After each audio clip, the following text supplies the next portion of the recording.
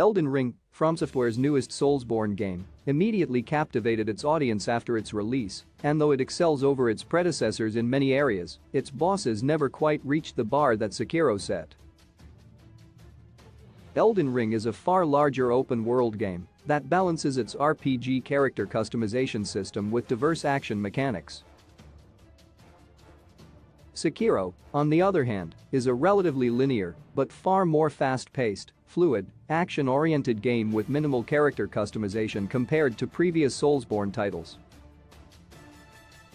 Sekiro's minimalism caused it to lean into its satisfying, simple, and lightning-fast fight mechanics, leaving its world and character customization somewhat lacking in comparison, but allowing it to rule as the master of FromSoftware boss fights.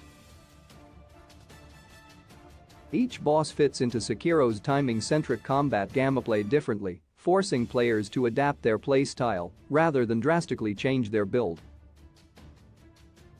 This makes every boss feel like a unique obstacle. Unlike in Dark Souls, players can never brutally overpower a boss with stats alone. Every challenge is a legitimate test of skill.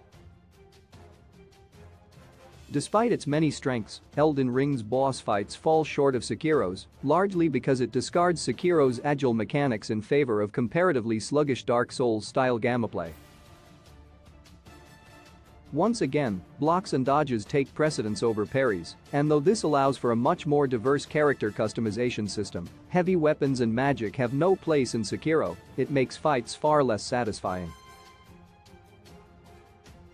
Elden Ring just isn't fast enough to require the same level of skill as Sekiro, so it naturally places more importance on player stats.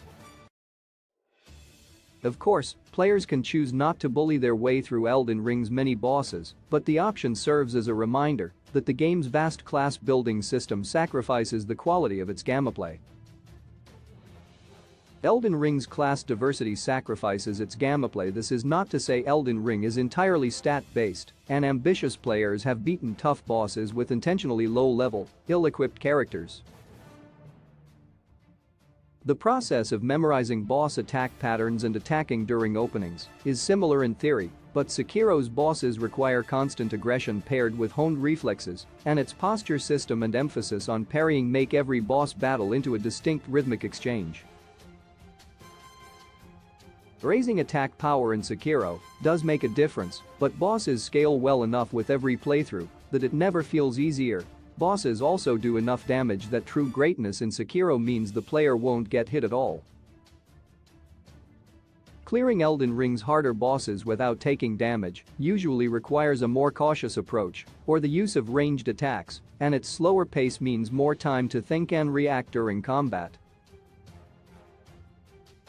To Elden Ring's credit, its bosses work very well for a game that basically functions as the next Dark Souls, and they are some of the coolest looking, most powerful feeling bosses FromSoftware has ever developed. In fact, many of Sekiro's bosses are just tough humans with melee weapons. However, Elden Ring's emphasis on evasion means every combo from every boss just feels like another source of damage that requires the same reaction from the player. Unlike Sekiro's visually underwhelming but mechanically diverse set of bosses, most of Elden Ring's boss fights don't feel particularly unique or special. They all allow players to employ the same tactics with different windows of attack.